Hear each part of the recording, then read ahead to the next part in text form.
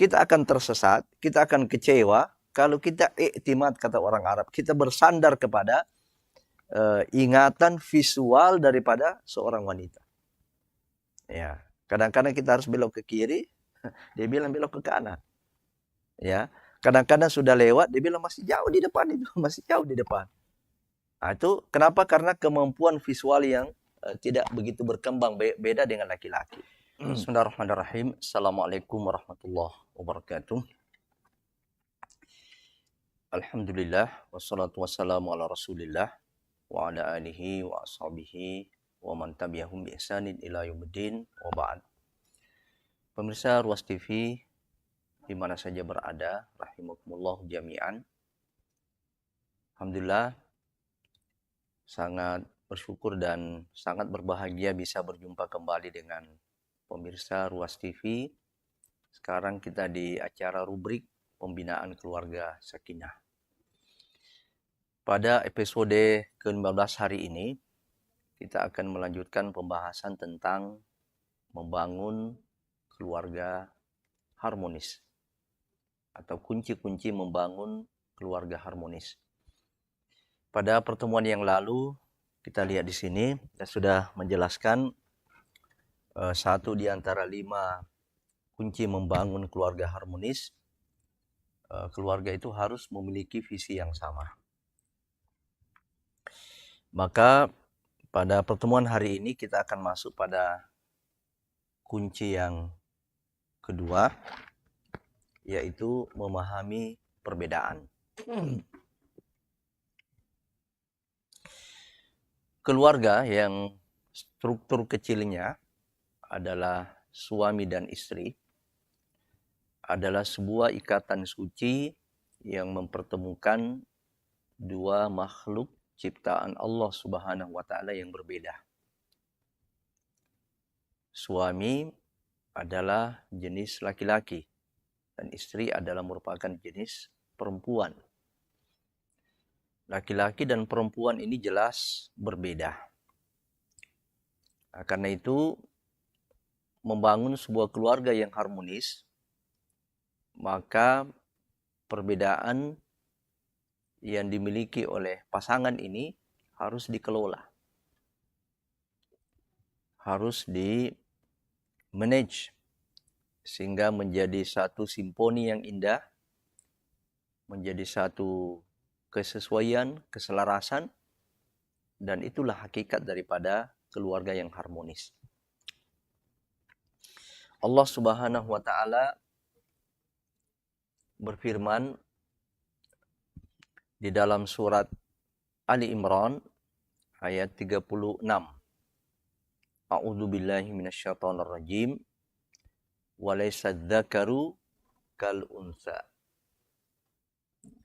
Dan tidaklah sama laki-laki dan perempuan. Ini adalah ucapan daripada sang ibu daripada Maryam ketika dilahirkan oleh ibunya.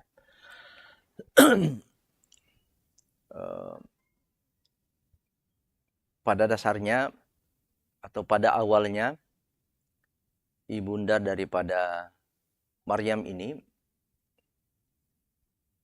diniatkan agar anak yang dikandungnya itu adalah seorang anak laki-laki yang bisa menjadi pelayan Masjid Al-Quds pada waktu itu. Karena satu kebanggaan dan kemuliaan keluarga-keluarga pada waktu itu apabila ada anaknya yang menjadi pelayan Masjid Al-Quds. Maka bernazarlah ibunda daripada Maryam ini agar anak yang dilahirkan itu laki-laki. Tetapi tatkala dia melahirkan, ibunda Maryam mengatakan, inni wada'tuha unsa wallahu a'lamu bima wada'at. walaysa dzakaru kal unsa. Sesungguhnya aku melahirkan seorang bayi perempuan, dan engkaulah yang paling mengetahui terhadap bayi yang aku lahirkan itu. Walaysa dzakaru kal unsa, dan tidak sama perempuan dengan laki-laki. Kata Syekh Dr. Umar Al-Muqbil di dalam bukunya Qawaid Qur'aniyah, ini adalah perkataan yang sangat halus dan sangat sopan yang menunjukkan ada penyesalan dari Ibunda Maryam akan kelahiran daripada anaknya yang perempuan, yang sebenarnya sangat mengharapkan sekali anak yang lahir itu adalah anak laki-laki, sebab berbeda anak laki-laki dan anak perempuan, apalagi melakukan kerja-kerja fisik, menjadi pelayan di Masjid Al-Quds, itu membutuhkan kerja-kerja fisik. Maka di situ dikatakan walaysa dzakaru kal unsa. Nah, inilah konteks daripada ayat itu, yang sesungguhnya tidak merubah juga makna dari apa yang akan kita jelaskan, tentu dengan pendekatan membangun keluarga harmonis. Jadi Allah Subhanahu wa taala sudah menegaskan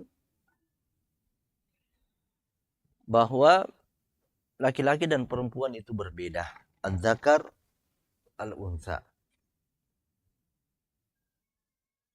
Nah, kita lihat gambar ini saja di sini, anak laki-laki beda ya dengan anak perempuan. Nah, inilah yang nanti akan menjadi suami dan ini akan menjadi istri.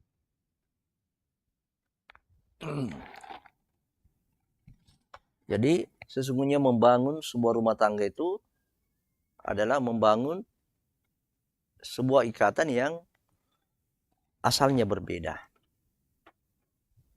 Nah, kalau perbedaan ini tidak dipahami oleh masing-masing pasangan, ataukah dia dipahami namun tidak dikelola dengan baik, inilah yang berpotensi melahirkan bubarnya satu keluarga. Tetapi apabila perbedaan ini dikelola dengan baik, maka insya Allah yang akan terbangun adalah keluarga harmonis. Keluarga yang sakinah, mawaddah, warahmah. Karena itu yang paling pertama harus kita lakukan di dalam menata, mengelola perbedaan ini adalah memahami terlebih dahulu. Dan pemahaman itu dibangun dari pengetahuan, ya, dari ilmu tentang bagaimana karakteristik laki-laki dan bagaimana karakteristik perempuan. Tentu dari segi fisik kita sudah lihat berbeda. Fisik laki-laki kuat, fisik perempuan umumnya lemah. Demikian juga dari sisi psikisnya, dari sisi kejiwaannya. Jiwa laki-laki tegar, kuat, jiwa perempuan lemah.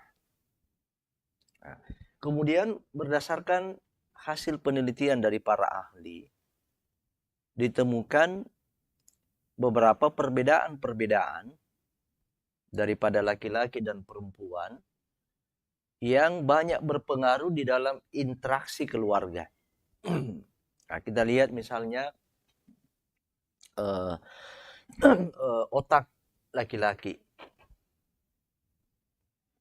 Otak laki-laki itu susunannya ya monotracking. Jalur tunggal. Sedangkan otak perempuan itu susunannya multi-tracking.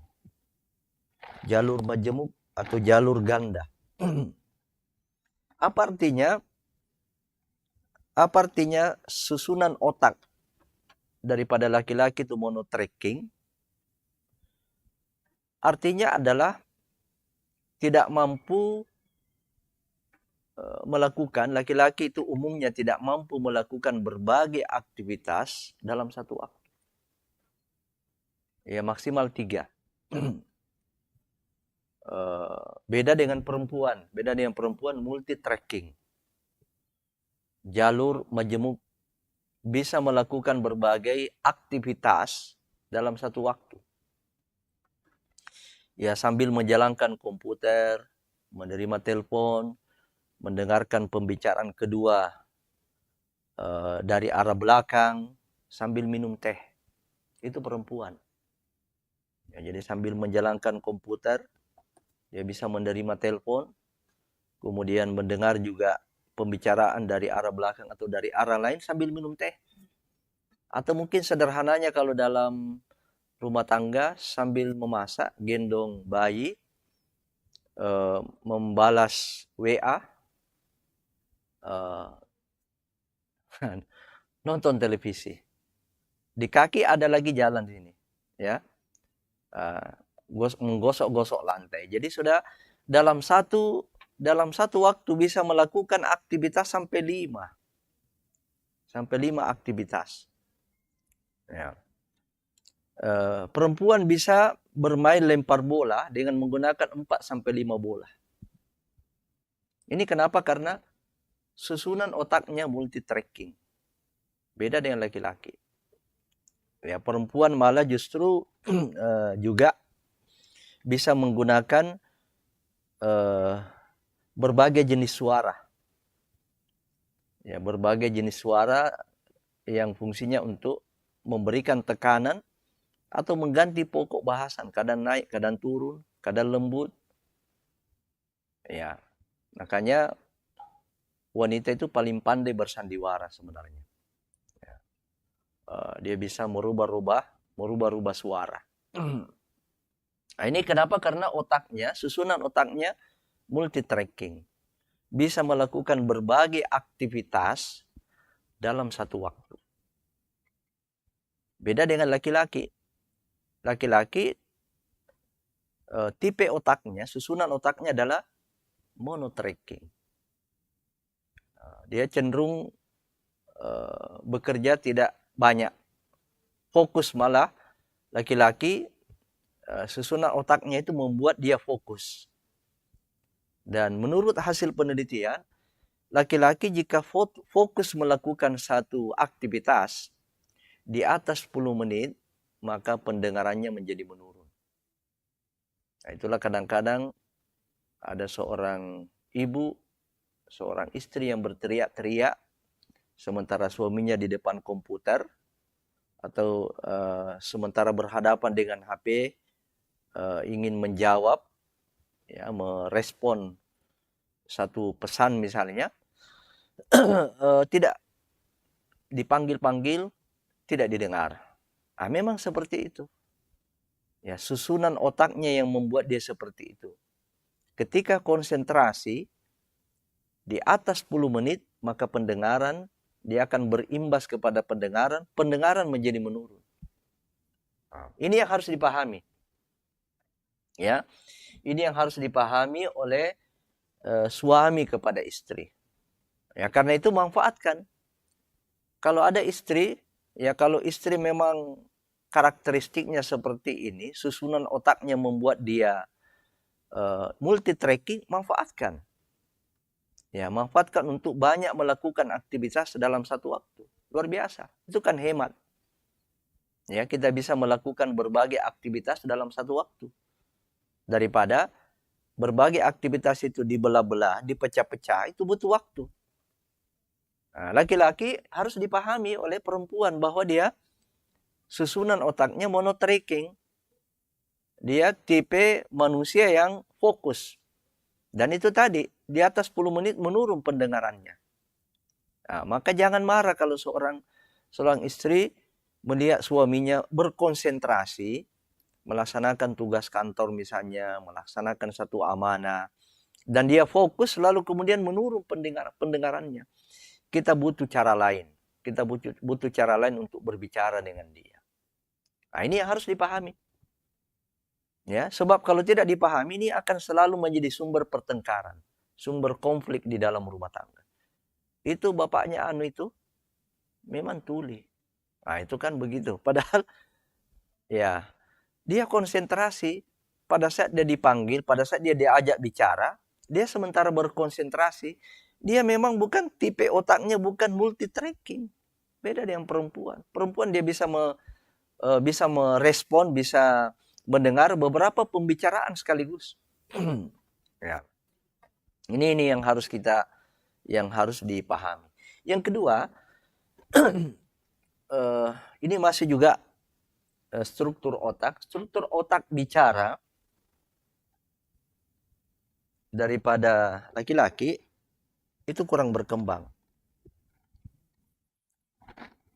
Ya, sebagian ahli mengatakan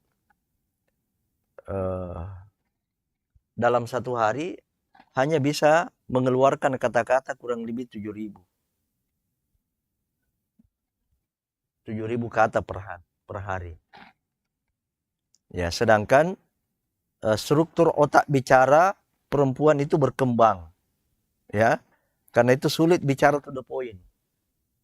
Dia harus berputar-putar dulu. Kadang-kadang sangat singkat pertanyaannya tapi jawabannya tidak to the point. Dari mana tadi, Bu? Ya, dari mana tadi, Bu? Dia akan cerita dulu. Saya kesini, saya kesini, saya kesini. Ya, saya bertemu ini, ketemu tetangga dulu waktu kita belum pindah di sini. Dia akan cerita semua. Tidak bisa to the point. Ya. Nah, kenapa? Karena hasil penelitian menunjukkan karena struktur otak bicara perempuan itu berkembang, dia bisa mengeluarkan kata-kata per hari sampai 20.000. Coba lihat ya perbedaannya. Sekalipun ini sudah mulai ada kritikan ya, tetapi kenyataannya yang kita lihat ya, umumnya wanita memang banyak bicara dan umumnya laki-laki itu banyak diam. Dan salah satu karakteristik laki-laki, kalau mereka itu menghadapi masalah, dia berkontemplasi, dia masuk ke gua untuk mencari penyelesaian dari masalahnya itu dengan diam. Diam. Jadi laki-laki itu menyelesaikan masalah dengan diam. Mencari solusi dari masalah yang dihadapi dengan diam. Beda dengan wanita. Wanita mencari solusi masalahnya itu dengan nyerocos. Apa tuh nyerocos ya? Ngomong sana sini, pokoknya bicara. Ya memang seperti itu. Struktur otaknya beda. Ya, struktur otak bicara laki-laki kurang berkembang. Ya, karena itu banyak diam. Laki-laki kalau ada yang cerewet, itu penyimpangan. Ya, jadi kalau ada laki-laki yang cerewet itu memang penyimpangan dari umum. Kalau ada perempuan yang pendiam itu juga penyimpangan dari umumnya perempuan ya. Struktur otak bicara perempuan berkembang, sulit bicara to the point. Nah, ini harus dipahami. Ini harus dipahami. Nah, karena itu seorang suami kalau dia melakukan kesalahan lalu kemudian istrinya itu ngomel, ya, melakukan kesalahan lalu istrinya ngomel, dengar saja. Kita harus berlatih mendengar. Ya, kita harus berlatih mendengar sebab memang struktur otak bicara berkembang. Ya. Tidak akan tenang jiwanya kalau tidak bicara. Nah, seperti itu. Daripada omelannya, curhatnya itu pelariannya lari ke Facebook, lari ke Twitter, lari ke media-media sosial yang memperlihatkan aib keluarga. Yang mengungkap aib keluarga pada orang lain. Nah, karena itu suami harus menjadi pendengar. Dalam kondisi seperti ini harus belajar menjadi pendengar. Jadi ini catat baik-baik. Wahai suami, kalau Anda mau membangun keluarga yang harmonis, ini harus dipahami. Bahwa seorang suami yang beristrikan seorang perempuan yang otak bicaranya berkembang, Kalau dia bicara, kalau dia ngomel, kalau dia curhat, Anda harus menjadi tempat penyaluran yang baik.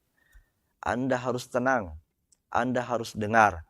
Sebab ketika Anda tidak tenang mendengar, ketika Anda tidak menjadi tempat curhat yang baik, maka istri Anda itu akan mencari penyaluran. Ya, ketemu dengan temannya yang lama, curhat di situ. Dia masuk ke arisan, arisan ibu-ibu tetangga, dia akan curhat di situ. Ya, kalau dia pandai menggunakan media sosial, dia akan tumpahkan semua unek-uneknya di situ. Nah, terbukalah aib kita, kan tidak selesai. Nah, ini. Yang ketiga, ya, jadi pemirsa yang ingin bertanya silakan mulai sudah bisa bertanya ya sambil kita selesaikan materinya. Ya, mohon maaf tadi karena ada kendala teknis sehingga tayangan ini lambat dimulai. Yang ketiga, apa perbedaan laki-laki dan perempuan? Nah, perbedaan suami dan istri. Kemampuan visual laki-laki itu berkembang, lebih berkembang dibandingkan dengan kemampuan visual wanita, kurang berkembang. Apa artinya? Ya, jadi mengingat, ya di dalam mengingat gambar-gambar umumnya ya, ya mengingat satu lokasi umumnya wanita itu kurang berkembang, beda laki-laki. Ya, karenanya jangan terlalu percaya kalau istri kita yang menunjukkan alamat. Ya, jangan terlalu percaya kalau istri kita yang menunjukkan alamat. Ya, itu umumnya. Ya, tapi kalau Anda sudah sering uji, ya istri Anda itu, apalagi memang alamat itu masih belum jelas ya. Baru satu kali ke sana, baru satu kali berkunjung, satu kali itu. Kalau dia sudah sering ya, sering pun itu kadang-kadang, ya saya tidak tahu itu pengalaman saya ya. Ya, pengalaman saya seperti itu. Ya, jadi umumnya perempuan itu susah menghafal alamat. Ya, itu pengaruh daripada kemampuan visual yang kurang berkembang. Ya, jadi kita akan tersesat, kita akan kecewa kalau kita iktimad, kata orang Arab, kita bersandar kepada ingatan visual daripada seorang wanita. Ya, kadang-kadang kita harus belok ke kiri, dia bilang belok ke kanan. Ya, kadang-kadang sudah lewat, dia bilang masih jauh di depan itu, masih jauh di depan. Nah, itu kenapa? Karena kemampuan visual yang tidak begitu berkembang, beda dengan laki-laki. Ini kita berbicara umumnya.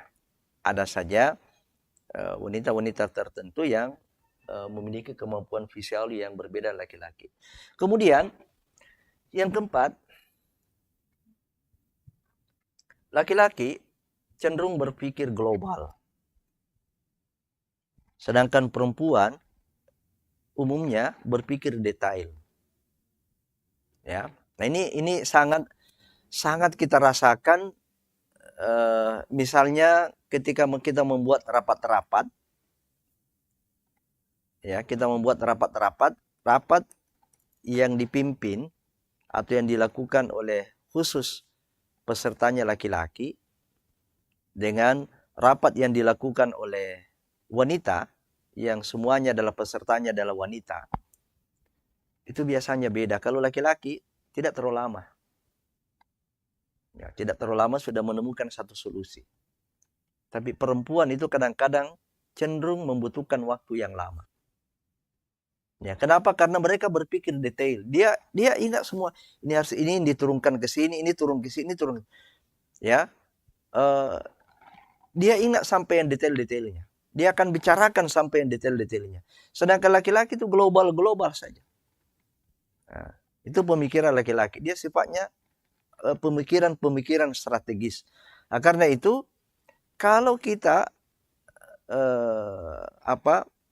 menginginkan hal-hal yang detail, hal-hal yang sifatnya praktis, ya, hal-hal yang sifatnya teknis, libatkan perempuan. Nah, sebab perempuan itu berpikir detail, berpikir rinci. Ya, jangan melibatkan laki-laki yang kecenderungannya berpikir global. Nah, seperti itu ya. Wanita kalau musyawarah, kalau rapat, dan itu kita tidak kendalikan, kita tidak pandu, kita tidak arahkan, itu cenderung waktunya akan melebar. Ya, dari target 2 jam itu bisa menjadi 5 jam. 5 jam malah bisa menjadi 7 jam. Kenapa? Karena detail. Sudah struktur otak bicara yang berkembang, ditambah lagi dengan pemikiran yang detail, maka itu akan makin lama. Nah, maka perlu di sini ada intervensi laki-laki untuk mengarahkan. Ya. Nah, termasuk ya mohon maaf kalau ketemu di jalan, ya kita ngantar istri, lalu kemudian ketemu dengan keluarganya, ketemu dengan temannya, ya siap-siaplah lama. Ya, siap-siaplah lama sebab struktur otak bicara yang berkembang ditambah lagi dengan detail, itu memerlukan waktu yang panjang. Sehingga perlu tidak apa-apa kita intervensi. Sudah setengah jam ini, Bu. Tadi dibilang sebentar sekali. Ini sudah setengah jam ini. Ya, ayo kita. Jadi perlu ada intervensi laki-laki dan perempuan, seorang istri yang ketika diarahkan dan ditegur seperti oleh suami, dia harus tahu diri. Ya. Ini yang disebut dengan saling memahami. Kemudian yang kelima, sesungguhnya laki-laki itu apa yang paling dibutuhkan? Apa yang paling dia butuhkan dari perempuan? Apa yang paling dia butuhkan dari istri? Kepercayaan. Ya, kepercayaan. Sedangkan yang paling dibutuhkan oleh wanita, yang paling dibutuhkan oleh seorang istri dari suaminya adalah perhatian. Ya, perhatian. Nah, karena itu seorang suami harus belajar untuk memberikan perhatian pada istrinya. Dan konsekuensi daripada perhatian itu, kalau dia baik, dia memberi pujian. Kalau dia tidak baik, dia memberikan teguran yang bijaksana. Atau yang lebih tinggi lagi, bagaimana dia memberikan empati. Kalau dia sakit, bagaimana dia merasakan ada di dalam penderitaan atau keluhan yang dihadapi oleh pasangan kita. Nah, ini demikian juga laki-laki cenderung dipercaya. Jadi kalau seorang istri yang tidak percaya kepada suami, pasti suaminya itu selalu ada merasa tidak nyaman. Ya, merasa tidak nyaman sebab seolah-olah tidak diberikan kepercayaan, tidak mendapatkan kepercayaan dari seorang istri. Dan yang keenam, pandangan mata daripada laki-laki itu umumnya kerucut. Sedangkan pandangan perempuan itu melebar. Ya, jadi apa imbasnya ini, apa dampaknya? Ya, jadi pertama coba misalnya kalau seorang wanita mengemudikan mobil dan dia ingin parkir, kalau memang betul-betul dia belum lincah betul, ya, dia tidak terbiasa memparkir mobil mundur, maju, ngatur kiri kanan, ya lebih bagus kita ambil alih. Sebab pandangannya melebar. Ya, pandangannya melebar, bisa nabrak sini. Nah, sedangkan pandangannya laki-laki itu mengerucut.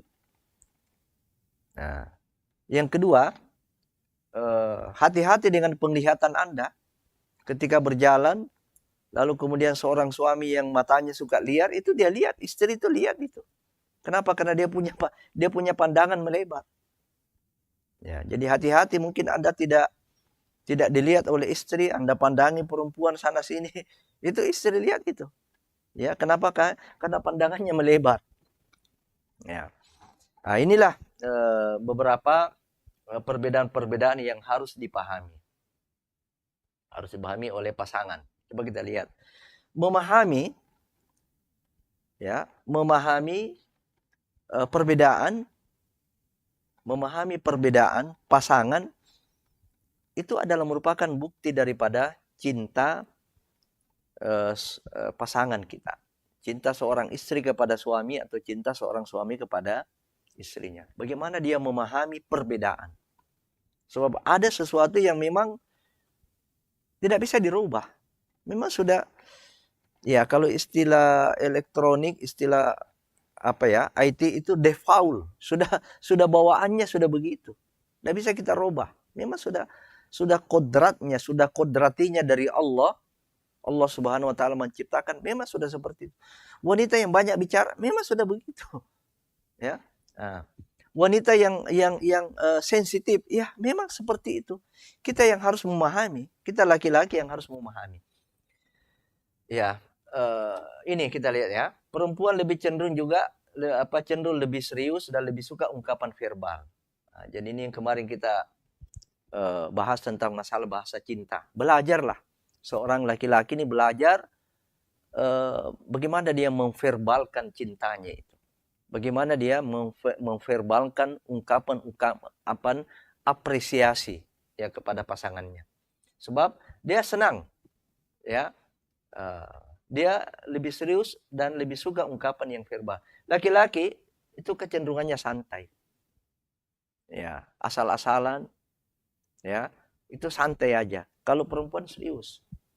Ya, sesuatu dipandang itu sudah gawat, darurat. Kalau laki-laki biasanya enggak apa-apa, itu biasa-biasa saja. Ya, itu kecenderungannya begitu. Ya, ungkapan verbal adalah basa-basi dan tidak diperlukan orang dewasa. Itu laki-laki. Jadi bagaimana kita mempertemukan sedikit? Ya, ini laki-laki coba naik sedikit, perempuan turun sedikit. Ya, jadi seperti itu. Jadi ekspektasi daripada seorang istri jangan terlalu berlebihan kepada suami. Pokoknya saya mau dipuji, harus semua verbal. Ya, harus sama dengan penyair ini. Ya, beda-beda. Ya, tidak semua orang bisa mengubah kata-kata begitu cepat. Kadang-kadang butuh waktu, kadang malah justru sudah pakai waktu tidak ada yang lahir kata-kata. Ya, memang ini perbedaan setiap manusia. Ya, maka jangan terlalu ekspektasinya itu jangan terlalu tinggi, turunkan sedikit. Ya, sementara laki-laki coba naik sedikit. Ya, ungkapan-ungkapan verbal yang menunjukkan cinta, yang menunjukkan pujian, walaupun itu hanya 1-2 kata saja. Cantiknya, enaknya, tidak perlu digubah menjadi satu. Ya, cantiknya, enaknya itu sudah lumayan itu. Ya. Nah. Jadi saya kira seperti itu. Dan yang terakhir, perbedaan-perbedaan ini harus dikomunikasikan. Setelah diketahui, pahami, komunikasikan. Apa manfaat? Apa manfaat mengkomunikasikan perbedaan ini? Yang pertama, meminimalisir kesalahpahaman. Nah, jadi kalau perbedaan ini kita tidak komunikasikan, ya, itu malah justru akan melahirkan su'udzon, prasangka buruk. Ya, maka perlu dikomunikasikan untuk meminimalisir su'udzon, meminimalisir kesalahpahaman. Yang kedua, wadah untuk saling mencurahkan segala permasalahan sehingga lebih ringan. Jadi kadang-kadang masalah itu menjadi berat, menjadi beban kalau kita pendam, kalau kita tidak keluarkan. Maka perlu ada ruang-ruang yang disiapkan oleh masing-masing kita ini untuk saling berkomunikasi. Terutama bagaimana kita mengkomunikasikan perbedaan-perbedaan yang ada ini. 2 hal yang bisa mencederai komunikasi. Ini perlu dicatat. 2 hal yang bisa mencederai komunikasi dan interaksi di dalam berumah tangga. Termasuk mengkomunikasikan perbedaan-perbedaan itu. 1, suka mengevaluasi pasangan. Ya, suka mengevaluasi pasangan. Ketika mengevaluasikan yang muncul kekurangan. Ya, jadi umumnya orang mengevaluasi itu melihat kekurangan. Itu satu. Yang kedua adalah membandingkan. Ya, membandingkan. Nah, dua, ya, membandingkan istri kita dengan yang lain, membandingkan suami kita dengan lain. Dua hal inilah yang kadang-kadang komunikasi itu buntu. Ya, dua perkara yang mencederai komunikasi, interaksi dalam rumah tangga, terutama ketika kita berupaya mengkomunikasikan perbedaan.